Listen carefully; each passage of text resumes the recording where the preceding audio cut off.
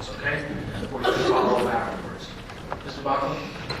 Good evening, Mr. Chairman and distinguished members of the committee. My name is David Buckel. I'm senior counsel at Lambda Legal and the lead plaintiff attorney in the New Jersey Supreme Court case, Lewis v. Harris, which led to the civil union law under review by this commission. Since the law passed, I've worked personally with over 100 individuals who have called Lambda Legal seeking help addressing disregard for their civil unions. Their struggles touch every dimension of human life, including interactions with neighbors, co-workers, employers, businesses, police, doctors, emergency room staff, and others. In the business sector alone, specific instances include refusals to respect a civil union for banking transactions, rentals, and auto insurance. Often we confront the civil union law's failure in employers' denial of family health insurance. One such employer was United Parcel Service, or UPS. I'm joined tonight by the clients we represented successfully in our legal action against UPS, and you will soon hear from those clients about what it meant to their families to be denied the health insurance that is provided automatically to spouses who can use those powerful words, "We're married." In its final public statement announcing that we had won, UPS demonstrated the civil union law's core failure. They agreed with our argument that the law specifically required civil union partners be treated as spouses. But they said their initial legal review of the law had indicated that civil union partners could not be treated as spouses. Clearly, in their minds, the law's creation of a separate status for the gay minority overrode the law's more specific terms. And in the real world, that is obviously what happens when government creates a separate legal structure for a minority. However much the government might otherwise say that discrimination is not allowed. In 2003, the United States Supreme Court confronted just such a law that separated the gay minority for different treatment, calling it, quote, an invitation to subject them to discrimination. Even closer to this commission's review, the Supreme Court of Massachusetts declared a civil union bill unconstitutional because the label of civil union, in the court's words, is a considered choice of language that assigns same-sex couples to second-class status. It labels the lifetime relationships of committed same-sex couples as unworthy of marriage, robbing those couples of respect for their relationships. And lastly, as former New Jersey Supreme Court Justice Poritz wrote, ultimately, the message is that what same-sex couples have is not as important or significant. In summary, when the government itself discriminates, it sets an example for others to follow and causes more discrimination everywhere else. The harm has only just begun, and it will never stop as long as same-sex couples are assigned a separate status.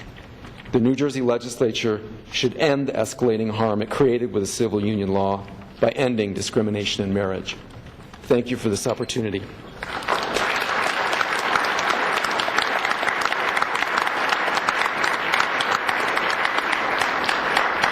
It's my privilege to introduce our clients in the UPS matter.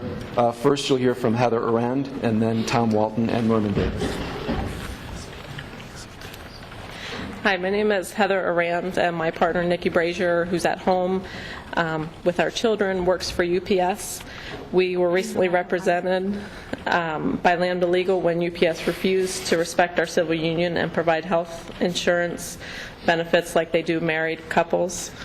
Nikki and I made the choice before we even had kids that I would stay home and take care of them when they were young, and the government is making it financially harder for families to choose to have one parent stay at home.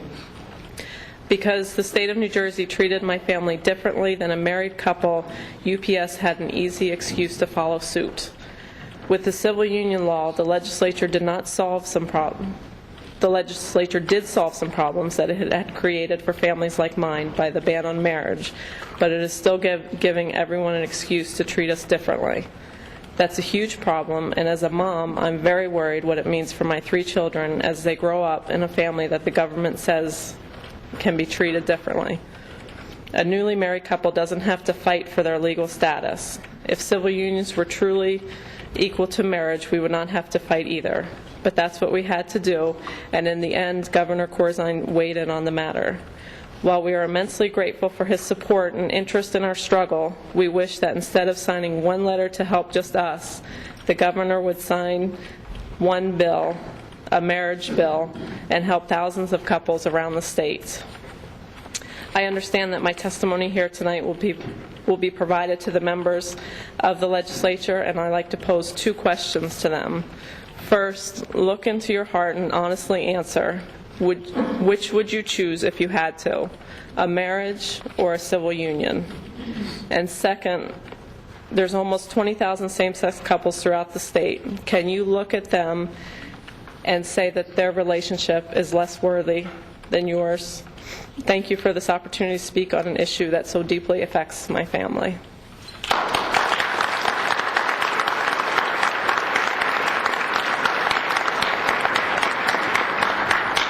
Hi, my name is Tom Walton, and this is my partner, Merman Davis. We were both born and raised in New Jersey. We met in New Jersey, and we've made our home here. I currently work at UPS. We've always contributed to our communities and to our state, but yet our state is treating us like second-class citizens. We were recently represented by Lambda Legal when UPS refused to respect our civil union for the purposes of health insurance. Because we have a civil union and not a marriage, UPS said they didn't have to provide health care for Merman, who has insurance, but it's far inferior and more costly to our family. Married couples get to make the decision about which insurance is the better deal. And until UPS changed their mind, we weren't able to make that choice. Because the state of New Jersey treated my family different than a married couple, UPS did too. If it had been called a marriage, as it is in Massachusetts, this would not have been an issue. UPS recognizes all marriages there. On the same day that we received the notice from UPS that they had changed their minds, we were applying for a home equity loan and spent a fair amount of time having to explain what a civil union was. The woman just looked at us like she had no idea what we were even talking about. And obviously there was no box to check. It was either married, single, or divorced, and that was your choices. We feel like this is going to be our lives now, explaining to people what a civil union is. Having to explain it automatically devalues it. Even if it gives us all the rights of a marriage, it certainly doesn't give us the respect. Separate is never equal. Even if legislative leadership says that it's a matter of education to bring everyone up to speed with the new civil union law, consider this. You're educating people to treat same-sex couples and gay people in general differently than everyone else. That isn't a lesson the government should be teaching. Same-sex couples are often at the mercy of many people for many different situations. We shouldn't have to hope that we find kind people along the road who understand who we are and what we mean to each other without having to explain it and carry legal documents around with us. We've been together for 15 years. We were married in a religious ceremony 9 years ago. We're committed to each other and our family, and we want to spend the rest of our lives together. We just want our state to treat us fairly and allow us to be legally married. If we are treated badly or differently by someone, it should be based on their own ignorance and bias, and not because they've had a signal from the government that it's okay to do so.